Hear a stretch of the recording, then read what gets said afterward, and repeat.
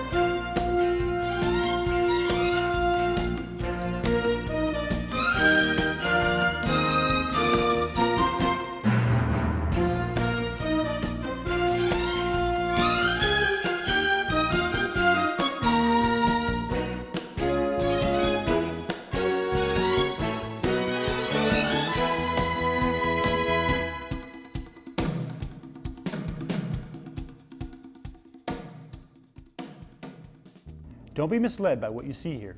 These are not pictures of beginning archers, but of Olympic-level competitors. Each day they rehearse the fundamentals of winning form to develop the feeling of the shot. The same shooting technique you will be learning in this video. The system taught here is a step-by-step process that will allow your students to advance very quickly in learning how to shoot a bow and arrow. As in any sport, having the correct technique is paramount to top performance. It is the same in archery, where the principles of good biomechanics developed through scientific research must be taught and learned to achieve the highest level in your sport. Archery is not only a physical skill, but a mentally challenging sport as well. The fastest way to improve your shooting is to feel your way through the shot. Feeling is the key to success. By being patient and following the process, you'll learn how to shoot correctly from the start, the moment you get to shoot that very first arrow. The purpose of this video is to provide you with a tool which you can teach your students the best method, a system developed by some of the top archery coaches in the world. One of those notable coaches is the most winning Olympic coach in history, Mr. Lee. No other coach has come close to winning the number of Olympic gold, silver, and bronze medals won by Lee's students. We are very fortunate to have Coach Lee as our national head coach. Coach Lee, aided by assistant coach Larry Skinner, head up the resident athlete program at the Olympic Training Center in Chula Vista, California. Here, their archers are training with one goal in mind, the Olympic Games, spending 10 hours a day in the hot Southern California sun. So, let's find out why these dedicated archers are training long hours each day in the blistering sun. Tell us, why do you like archery? I like archery because I think it's probably the most technically difficult sport there is in the world, and I don't know, it's given me a lot of opportunities, and it gives me the opportunity to be the best in the world at something. And that's something I really want to strive to be. I love to compete, and archery is a great thing. You compete. It's an individual sport, but it's real technical based, so you have to be on top of your game to be able to do good. And also there's a bunch of great people in archery, and it's a lot of fun meeting new people and all that, and you get to travel all over the place too, and I really enjoy that. I started up at a camp when I was a little kid. I got hooked. I loved it. I did it whenever I could. I just love to shoot. I've shot since I was little. I love being outside, spending time with friends, and archery, there's awesome people. I've got the best teammates. They're my family now. I like archery because anybody can shoot. The opportunities are amazing. You can shoot if you're 4 or 40 or 80. You know, you can shoot standing or from a wheelchair. I think it's a great sport for opportunity, and anyone can succeed.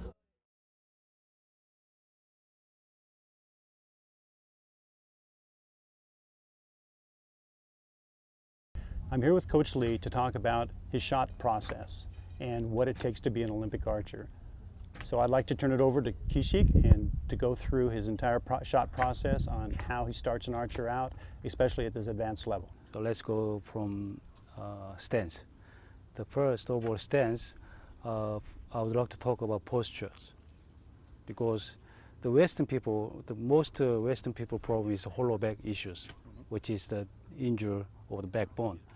So the biomechanically, because we have to have as much as you could keeping down our center of gravity.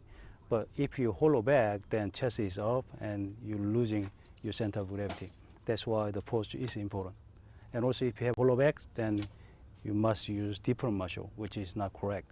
That's why we're looking for which posture is the best and stronger position for shooting. So we'd like to have a 60% pressure on the ball and 40% over here. But normally, usually people are standing too much with the heel, but we'd like to go more the ball side, okay? Then before line up the ball for setup, definitely you have to check your hook visually, okay? I would like to have like 50% on your middle finger and 30-40% on your top finger and 10-20% over your bottom finger, that ratio. And you gotta check visually on the string. Then I would like to make the grip, proper grip. Then you just from here, hooking, check hooking and grip, and a little bit tension over bicep, tricep, and scooping up like this. Then you can have a perfect for shoulder position before throw back. Setup, when I have a setup, actually I would like to have more the longer pre-draw set instead of a brace side set. Because if you have a brace side set, that means your draw shoulder is not in line. Too far forward. Too far forward, right?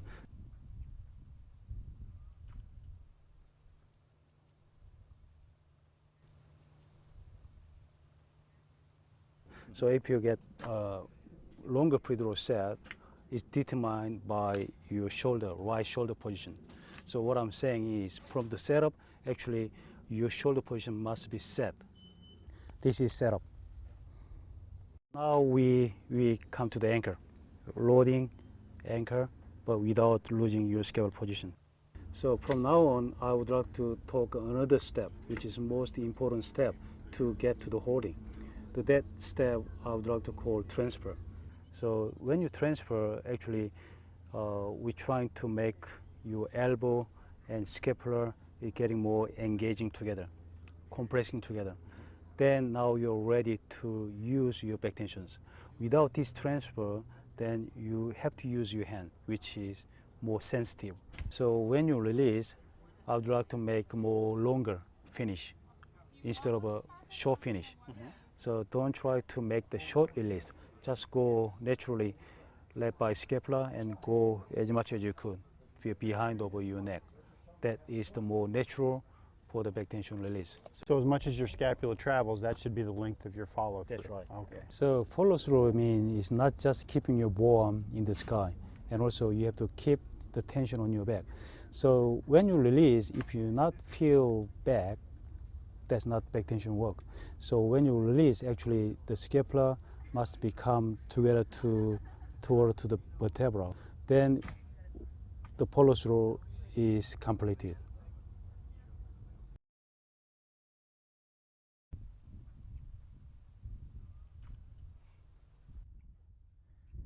Setup, loading, anchor, transfer, then expansion. Okay, follow through.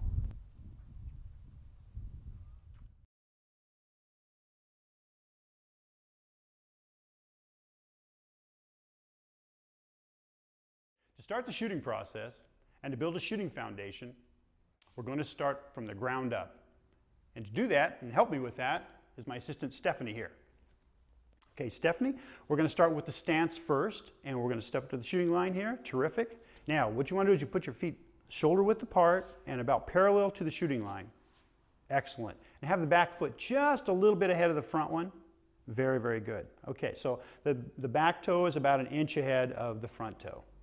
Next, you want to have your feet feel like they're kind of like molasses just poured out on a flat surface. So you feel them spread wider and longer. And that's the start of building a good foundation and start of really being stable. Next, you're going to lean forward just a little bit and put about 60% to 65% of the weight on the balls of your feet. That's where your balance receptors are. So that's the position you want to be in so that you build power in your shot and that you're very, very stable. Now the next thing we're going to do is the knees. And most times you don't think about the knees, but it's very critical because you don't want to lock your knees back, you just want to have them relaxed. So the first thing you do is lock them back and then let the knees just relax so that you still maintain bone-to-bone alignment, but that the legs are very, very relaxed. The next thing you're going to do is what's called the pelvic tilt. And this is a little harder to learn, but we're going to go run through this. Now, what you want to do is you want to bring your hips out like that and then just let them relax and fall back in that natural pocket. Perfect, exactly right. What this does is starts to build, again, more stability and creates a flat back. So this is the first stage of creating a flat back. You don't want to have an arch back like this in archery, or what's called a hollow back. You want to have the back nice and straight. So you're going to end up being the incredible shrinking person. To do that, what you do is, as you're up here like this, just let your chest fall, your ribs fall right down to your stomach. So you just fall down straight like that. You don't want to roll forward, but you just want to fall straight down. And that'll create that nice straight back and exactly the archery position you want to be in. The reason that you want to have your ribs down and have a nice flat back is because it creates a lot more stability in the body and in the shot platform. The reason that you have the ribs down and the back flat is it stabilizes this front shoulder, so it doesn't allow the front shoulder to come out of line. It gives you much better string clearance with the chest and when you're shooting the bow so that you're not contacting the string on your chest, and also it lowers your center of gravity. So there's a whole bunch of reasons that we want to have the ribs down and a nice flat back, and we'll cover more of these later on in the video. We want to maintain the ribs down because the tendency a lot of times is as you raise your arms up into the shooting position, you also raise your ribs. So the trick here is to learn to raise just the arms. So we're going to start with the bow arm first. Now you're a right-handed archer, so of course you're going to raise your left arm because that's going to be your bow arm.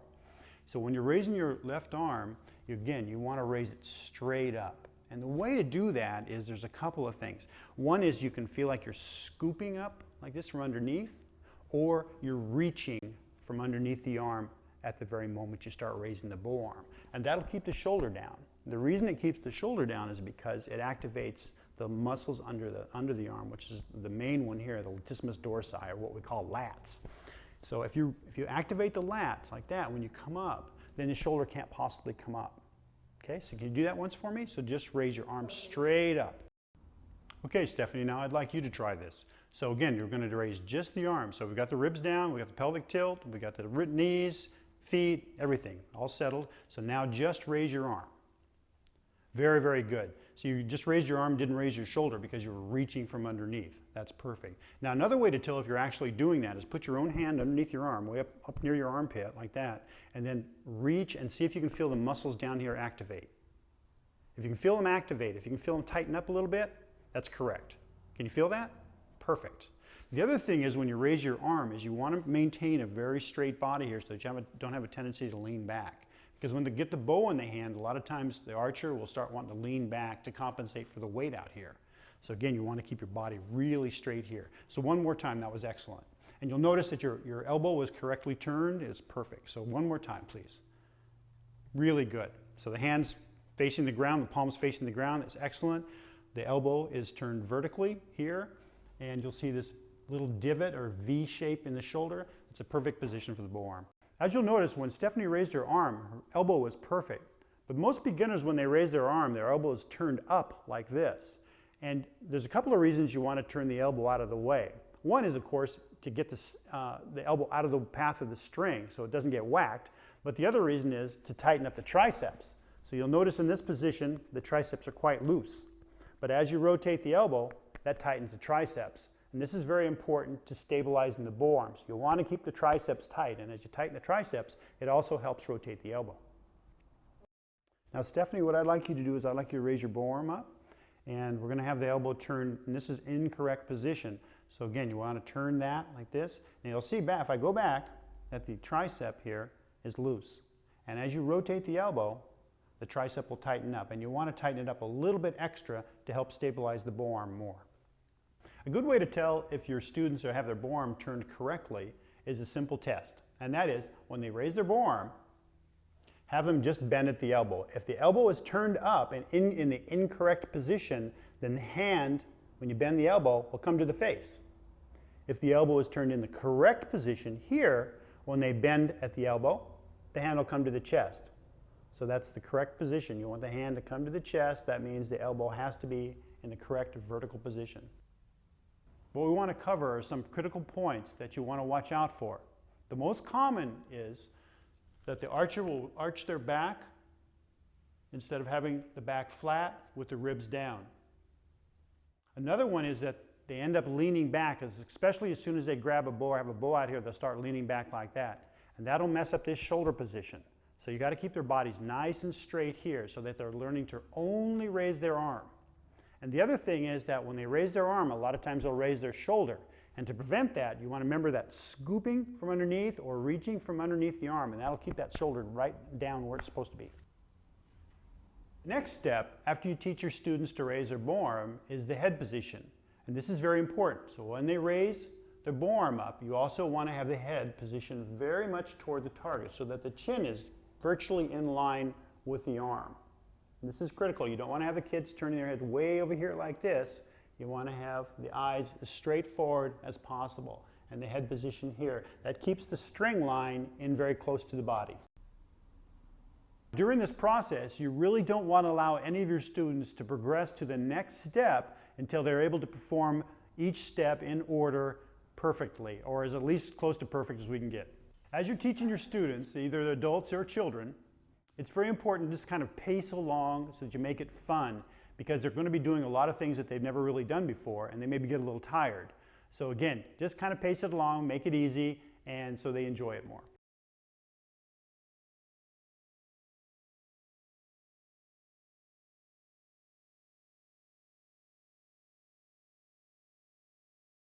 Now that we've learned to raise our bow arm, we're going to graduate and we get to now raise both arms. I know it's pretty exciting. Okay, so we're raising the bow arm. We also want to raise the drawing arm. Now to help facilitate that, I brought along a form strap. This is a very handy little tool. So what we're going to do is we're going to put it together here. And this is basically just a luggage strap. It's 3/4 inch wide nylon strapping material. And you can use a luggage strap or you can make one on your own from any hardware store or Army surplus. You can pick up these materials. So it's basically a sliding buckle, one single sliding buckle, and nylon material. It's very cheap and inexpensive. So first I'm going to put it together with it at its longest position. And the reason for that is because I'm just going to simply double it right now. And so we can teach how to raise both arms. So it's like you're pulling a bow. And as we raise up, we're going to pull this back shoulder back. So you're going to try and pull from the back of the shoulder, not the front of the shoulder. So again, you want to work from the back of the shoulder. So as we raise up, we want to pull that back of the shoulder back, like that. Now, with the form strap, we can quickly find out exactly the person's specific draw length and how their skeletal structure is set up. So when we come up to the anchor, which is coming under the chin, this is not just the anchor. The other part of the anchor is the scapula position, because what really sets up your draw length is your skeletal structure. So if we use the skeletal structure correctly and our scapula position, then we can come to a proper draw length. So back to the back and then come up to the front anchor of the chin. Stephanie, now that we're getting close to the shooting process, I think I'd like you to tie your hair out of the way so the hair doesn't get caught in the string and actually get pulled out. So it's a safety issue. So why don't you pull your hair out of the way?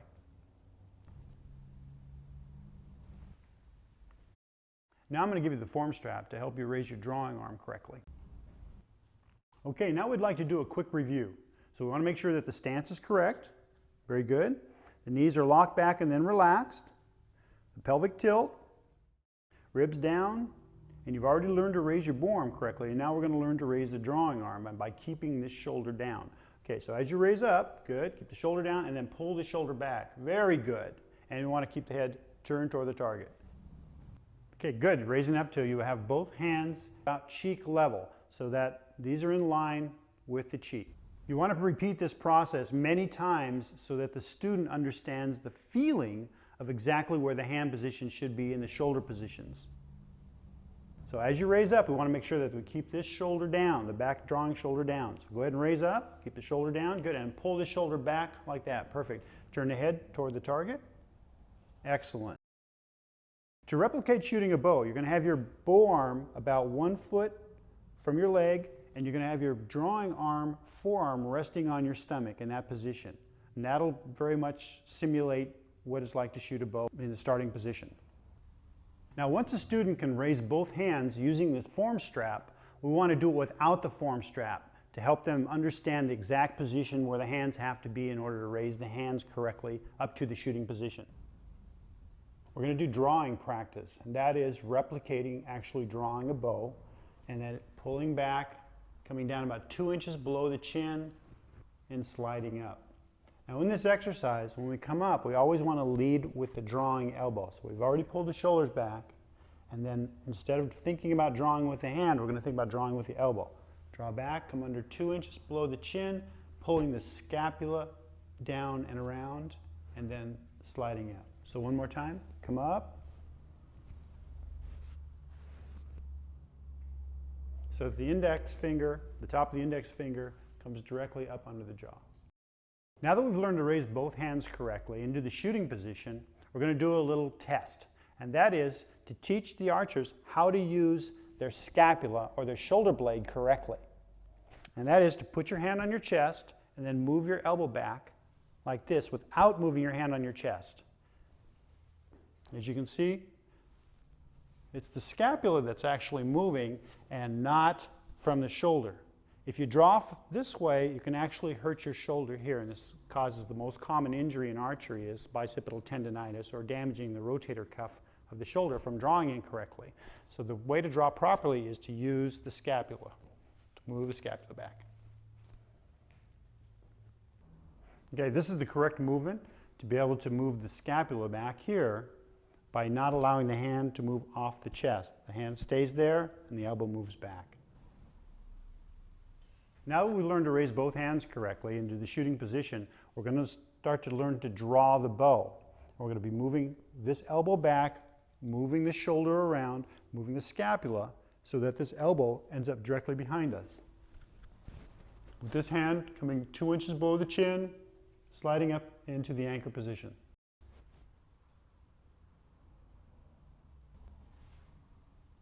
Raise both hands up into the shooting position.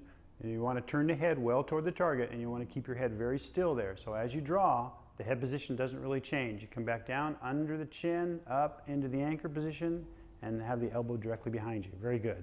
Very nice. The form strap can be used for replicating shooting, and it's a really handy tool for that.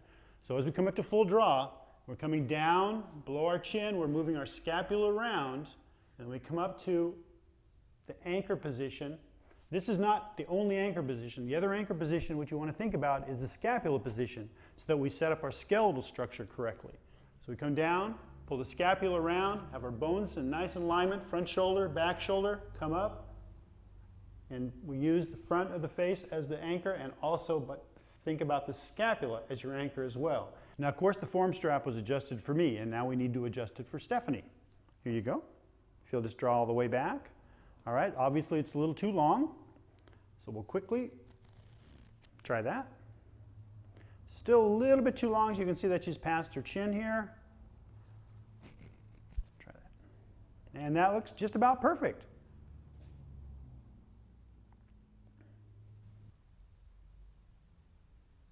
Now we're going to use the form strap to replicate shooting.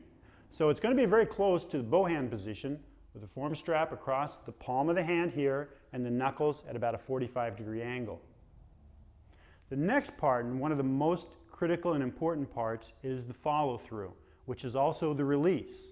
But in this, we don't want to think about releasing because all we want to do is at full draw, we want to instantly relax the draw hand rather than opening the fingers. And I can show the difference very quickly. If we open the fingers like this, it has a tendency to make the shot collapse forward and it causes a secondary event.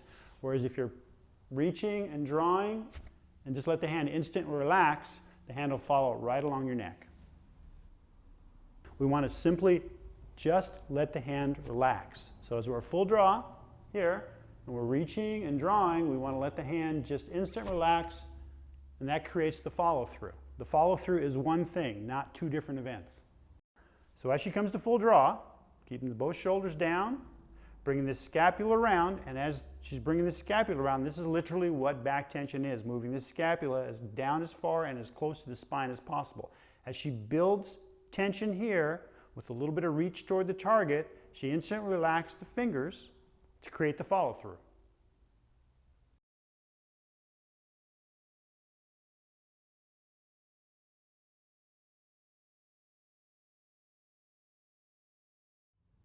Now the next stage in the shooting process is to have a stretch band.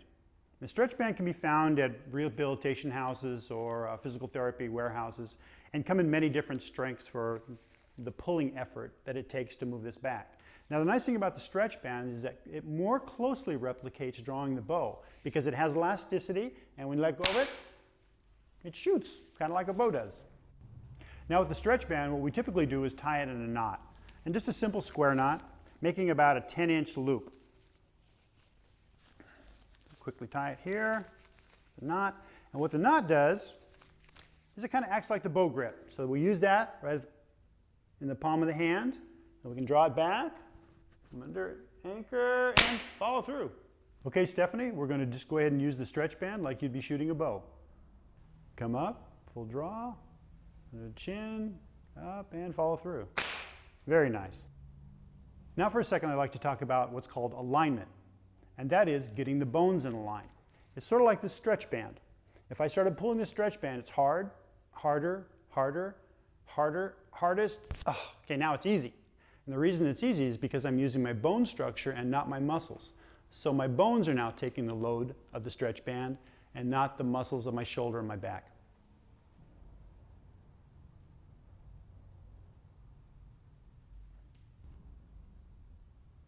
Just like when I held the stretch band across my chest, getting alignment is really critical. You come up and draw. Now my bones are in a line. It's very easy to hold the weight of the stretch band or the weight of a bow. If I come out of line, it gets very difficult. Going back into line, it's very easy. One of the exercises that we like to do in teaching how to release the string is with the stretch band. This works really well. What you want to have your students do is, as they're drawing, instantly relax the hand while they're in motion. So again, as you're drawing, you want to instantly relax the hand while you're in motion of drawing, just to get the feeling of what it's like to instantly relax the hand instead of opening the fingers. So again, it's just letting the hand relax.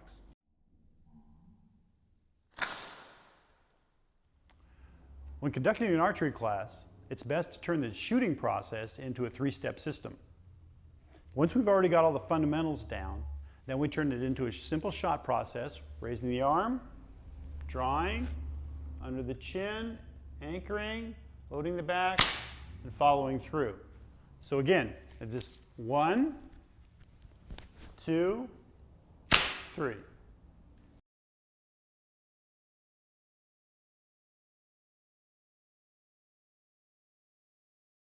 The next step in the process is to introduce the elastic cord.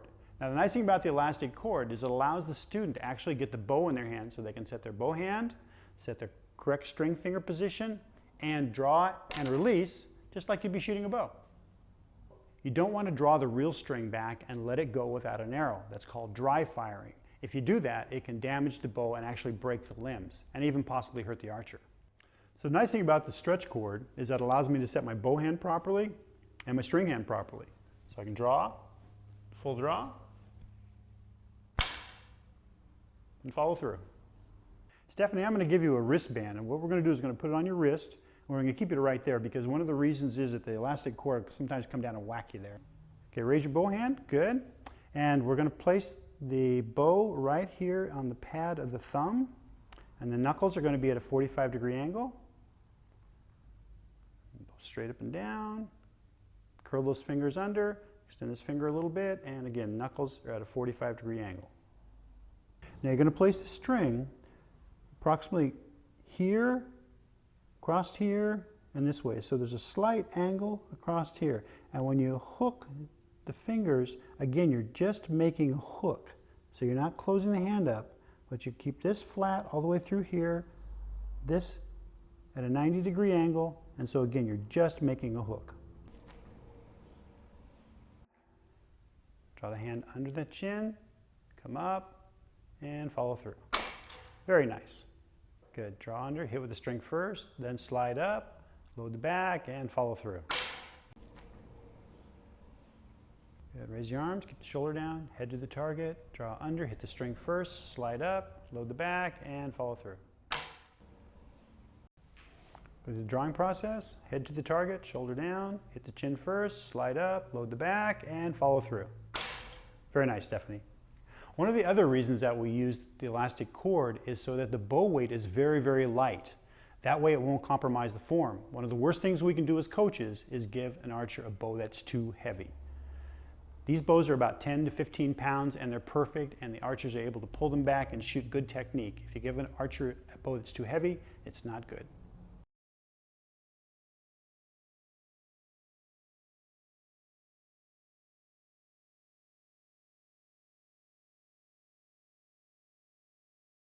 In this chapter, we get to the stage of shooting the very first arrow.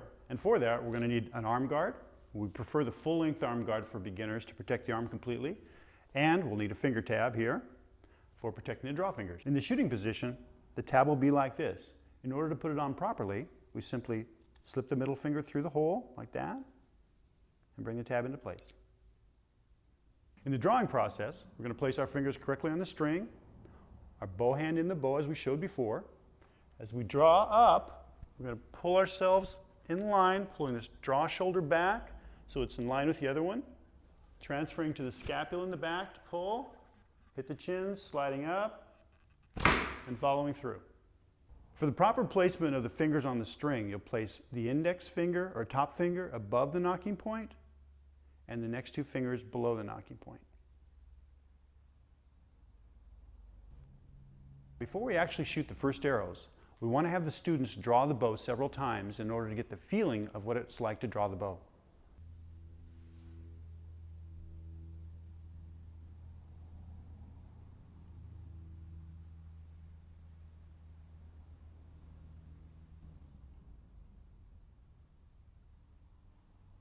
When shooting the very first arrows, we want the students to start about 2 meters from the bail. That way they can get a feel for what it's actually like to shoot the bow without any other distractions like a sight. Now Stephanie's going to knock the arrow on the bowstring underneath the nocking point and making sure that the knock is flush with the bottom of the nocking point. With the index feather pointing away from the bow, so the other two feathers can clear the bow more easily. Now Stephanie's going to finally get to shoot her first arrow. And we're going to go through the whole shooting process again, starting from the ground up. So get her feet correct, Steph. Good. Knees, hip position, ribs down, a little bit on the balls of your feet. Good. Now raising up in the drawing position, watching the draw finger position, hand position, coming under the chin as you draw, sliding up, loading the scapula, and following through. Remember, Stephanie, to set your foot position in your proper stance, the feet should be parallel to the line and the back foot just slightly ahead of the front foot. Now that you've got your feet, knees, hip position, your ribs down, now you're going to come up to your pre-draw and you're going to pull this right shoulder back as you come up. Good. Before you start the draw, now you start the draw, under, and follow through.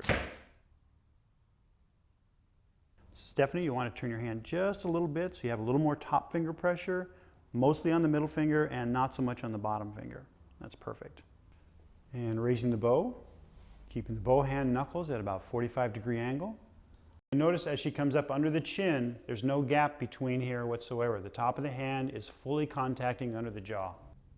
Moving the back elbow behind her, note the position of the rear elbow in line with the bow and following through.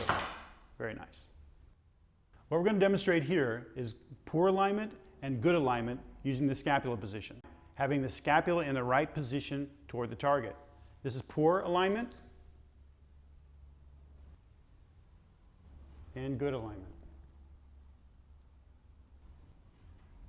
Now Stephanie's going to show us some of the most common problems that you run into in archery when teaching beginners. Stephanie, if you please draw up. You'll notice that the front shoulder comes up and that she starts to lean back. This is one of the most common problems that we need to correct immediately.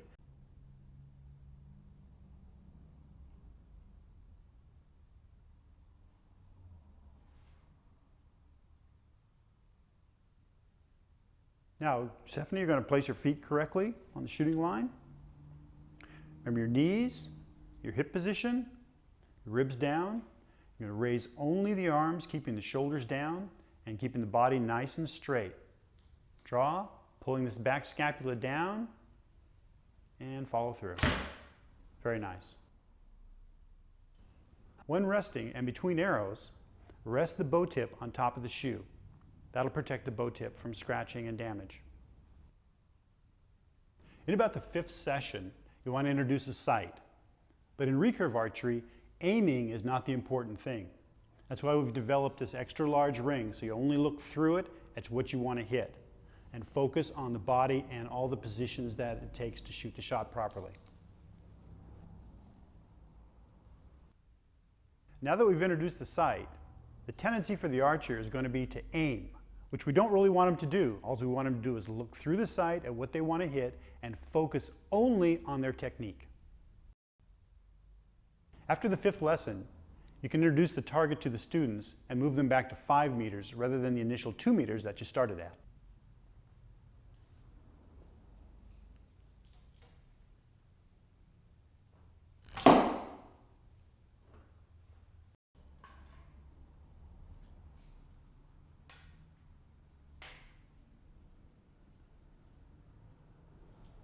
Now simply look through the ring at exactly what you want to hit. There is no aiming, only looking at the target and feeling your technique. The proper way to pull arrows is to place the bow hand on the target and take the drawing hand, grab the arrow close to the target and pull straight out, making sure nobody's behind you so that you don't hit them with the knock of the arrow. Then once you pull the first arrow, put it in the bow hand, hold it, and then do the same with the next arrows that you pull out of the target. And you're done.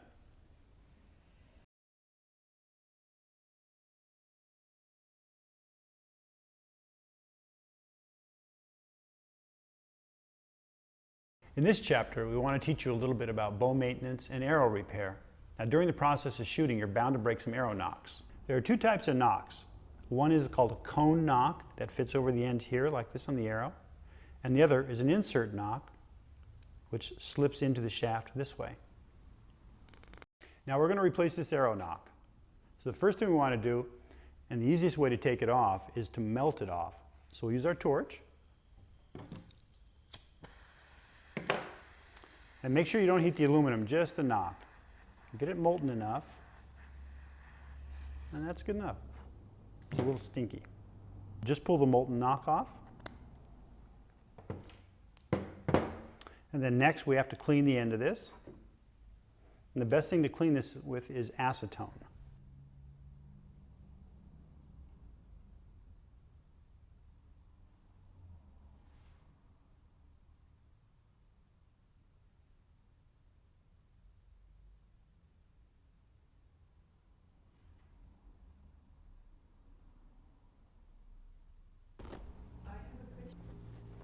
Put just a little bit of acetone on the paper towel and wipe off the knock residue and the glue, the old glue. Once it's clean, then we can go ahead and glue it. This particular archery glue is Fletch Tight, and there's several other brands. We'll take a little bit of the glue and put a thin bead on the end of the knock cone. We'll take one of our knocks, a new knock, put it on there, and I usually go counterclockwise to spread the glue, wipe the excess off, and then start turning it clockwise and index it to the index vein. You'll notice that there's 2 green ones and 1 orange. So you want to index the little mark here, just like the other arrows in your set. To replace insert knocks, it's very simple. You simply pull the knock out, grab a new one, slide it back in, and remember to rotate it to your index fletch. At some time, you're likely to lose a fletch as well, or it gets shot off. So when you have a fletch that's in this condition, you want to scrape it off first with a knife. And especially on aluminum arrows, you can scrape a little bit of the glue, the excess glue off. That. And then take some alcohol, some 91% alcohol, isopropyl. Take some 91% isopropyl alcohol You want to make sure you clean the shaft before we glue the new fletch on. So just clean the area that needs to be fletched. Like that. And now we're going to put it into our fletching jig. Now for replacing a single fletch, it gets a little more tricky than fletching the entire arrow. On the fletching jig, you have this little knob that turns to 120 degrees each rotation. But if your index is not absolutely correct, then you may have to fudge a little bit. Once you have the arrow in the fletching jig, then you're going to need to index your clamp to exactly where the back of the other fletches are. We'll take a little mark there. And now we know where the back of the fletch is. We're going to take our replacement feather and line the back of it up with our mark. Take our glue, run a small bead of glue down the base of the feather, wipe off a little excess, and we're ready to put it on the shaft. Now we're going to take the clamp of our fletching jig, place it on the jig, slide the base all the way down, and then press the feather on top of the arrow firmly and leave it for about 15 to 20 minutes.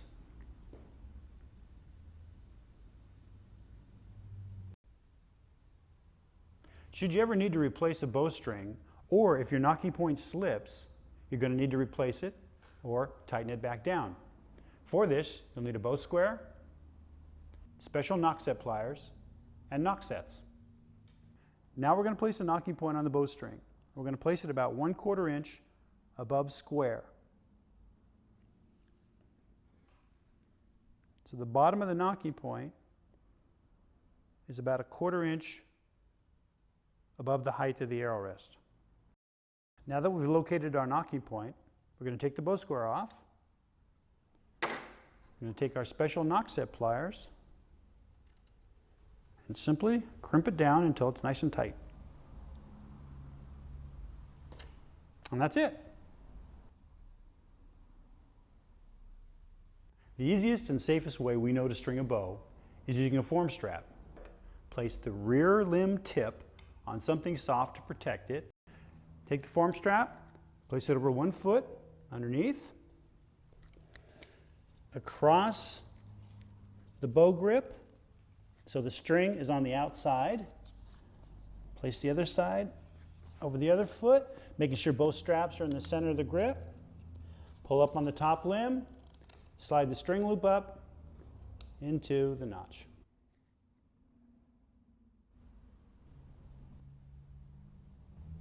To unstring the bow, you do just the opposite.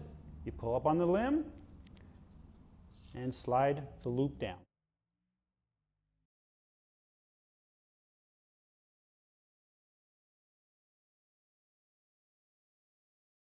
In this chapter, we're going to talk about setting up an archery range. We want to make sure we have a very safe environment for all archers participating. We happen to be at the Woodley Park Archery Range, and this is a very good range because we have barriers on each side to keep anybody from coming into line of fire for the archers. Also, we have a very good backstop there, so we have a whole wall to shoot at rather than separate targets. Now, if you'll notice on the ground that we have lines, and these lines are for specific purposes. We have the waiting line, the shooting line, and the target line. It's best to have the waiting line approximately 5 to 6 feet behind the shooting line. And we'll discuss how those work in a little while. The yellow target line is for the archers to come up and stop at, so that only one archer goes to the target at a time to pull arrows. It's much safer that way. This is also where we keep the clipboards, having the scorecards on them. It's much safer back here than at the target.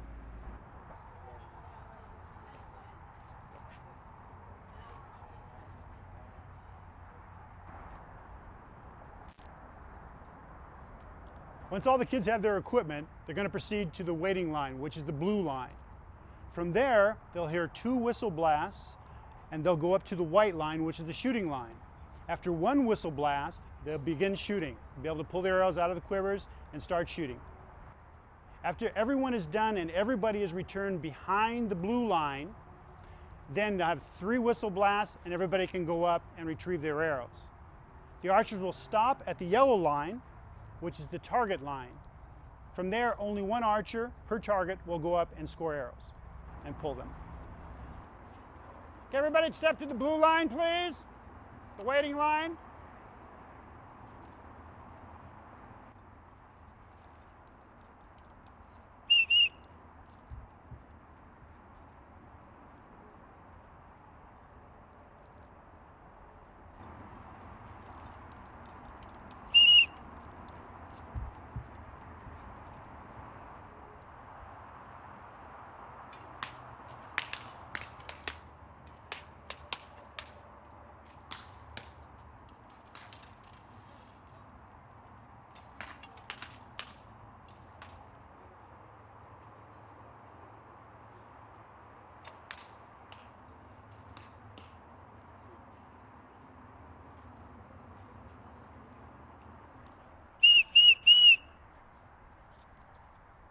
Remember to stop at the yellow line. Only one archer go to the target per target.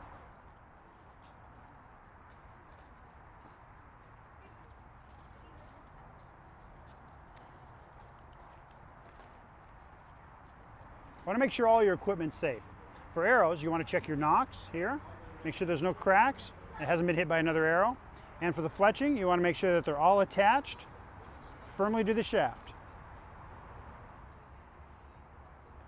Dylan, I need to measure your arrow length. So to do that, I want you to pretend you're coming to full draw. Okay, you do that for me? Okay, now? Great. So I'm going to measure from your chin, with the tape measure, to about 1 inch past your thumb.